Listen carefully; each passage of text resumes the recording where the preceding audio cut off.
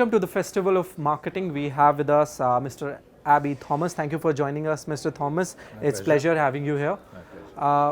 We want to understand from you, this year FY24 has been called a year of recession, global meltdown, as they're calling it. But India is looking to be in the bright spots, the reports say. When we talk about the outlook of budget spends on marketing this year, how much are marketers going to spend on ads? Okay, if you look at the overall industry, I think the total demand and supply ratios are very, very skewed right now. Of course, demand has really gone up dramatically from the time COVID happened. COVID was one of those dip points for the entire industry.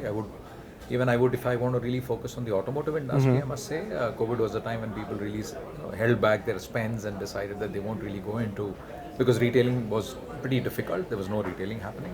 But post-COVID, India has actually seen a huge change in the sense most of the other markets in the world have actually seen a U curve, and we have seen a V curve. V curve basically means that you dip immediately and then you sustain and climb back as early as possible. So that's the kind of dynamism this country has got and the kind of demand that is created in this country. So effectively, we as marketeers have realized that even if it's a dip, we should not really move away from the space of not really creating awareness about our product, our services and stuff. So maybe yes, we did curtail spends to some extent in the year 2020, but post 2020 we have really bounced back into pre-COVID levels of spends. So the entire industry also has moved in the same way. So not that the industry has sustained and probably kept their spends down, no. Industry has come back to probably pre-COVID levels, in fact gone beyond the pre-COVID levels. If you look at the way the auto industry has moved, we have also clocked numbers that is even higher than the pre-COVID levels. So the entire industry has bounced back, the spends are bounced back, people are definitely spending more and spending wisely as compared to earlier days. Wisely in the sense there would be a beautiful mix of various mediums that is being adjusted so that people can get the most out of, that is a better ROI for every rupee that is spent into the market. So that's the way the entire industry is bouncing back.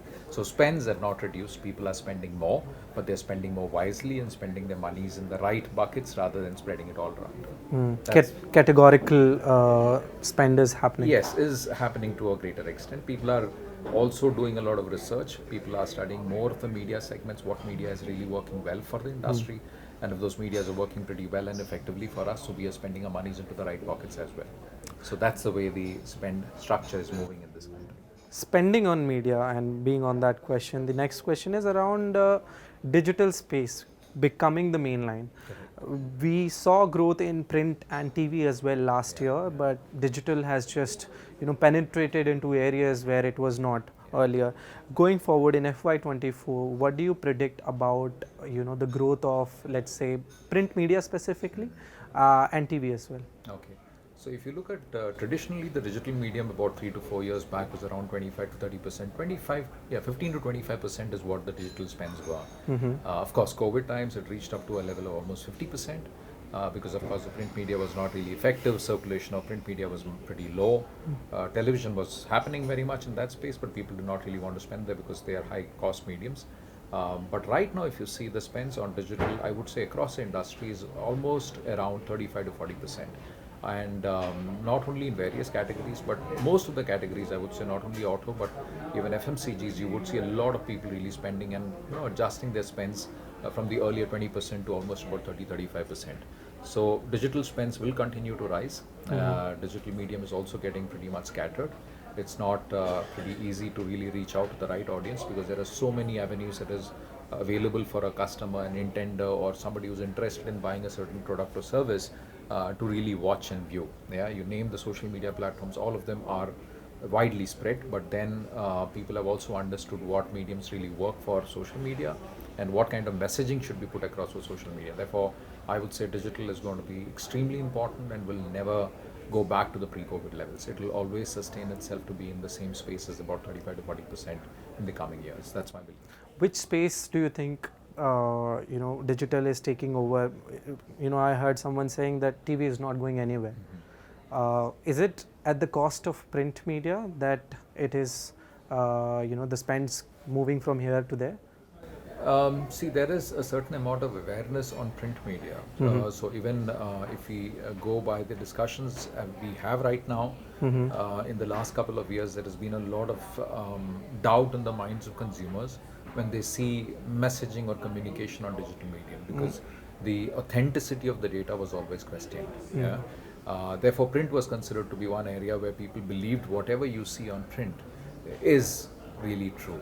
And if there is any mistake on print medium, they would actually come back the next day and also correct it, saying that listen, we have probably messaged or said something wrong and we wish to correct it. So that's one medium that has got tremendous amount of faith in the Indian consumers.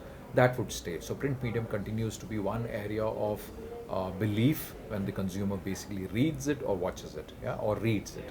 While if you look at digital medium, yes, it is one space where a lot of information is available. Authenticity of information is still to be formed up. Yeah. Stronger, there are regulations that need to be brought in place, wherein regulations are very strict about what is being communicated and by whom and how. Yeah, so that's one area that's very, very important. Secondly, digital medium is also getting much more traction because there are a lot of followers right now. So I wouldn't say that digital medium is taking any particular space. Yes, to some extent television is being affected right now purely because of the fact that connected TV is back again. If you look at the kind of content that is available on connected TV, people are really going in and spending many hours there. In fact, you can probably even question yourself and myself when we come home.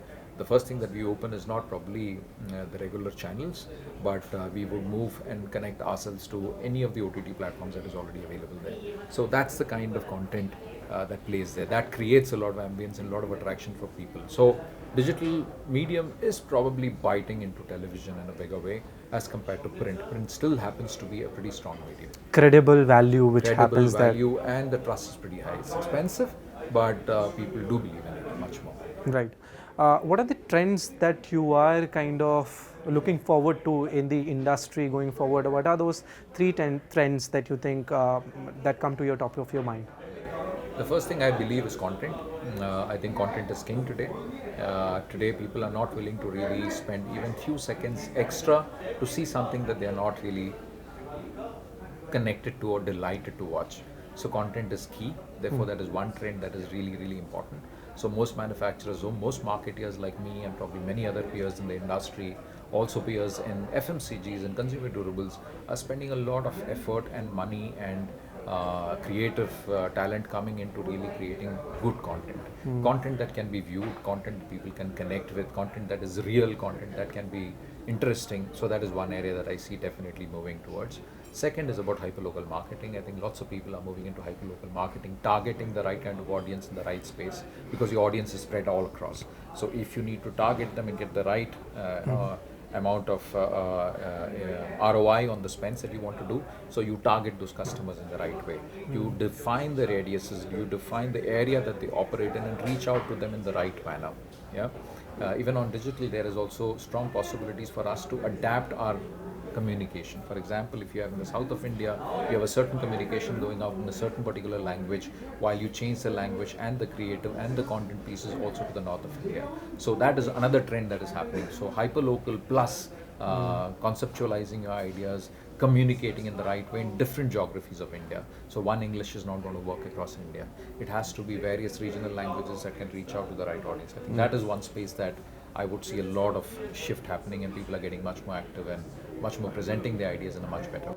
Striking emotions differently at different places. We are a diverse country, and I mean that's a trend that definitely will go forward. The next question that I want to ask you is around another buzzword which is going on. It is sustainability, and it is something that the young generation is very worried about and looking forward to, that the companies are quicker towards their targets. Where do you see the marketer's role in driving that change, bringing that purpose and sustainability in the organization? So sustainability is key. Even if you look at the industry that I operate in, it's the automotive industry. Sustainability is one of the key elements and pillars for our future. We are also trying our best to get in the best models into this country as far as EVs are concerned, electric vehicles are concerned. So sustainability is key for us.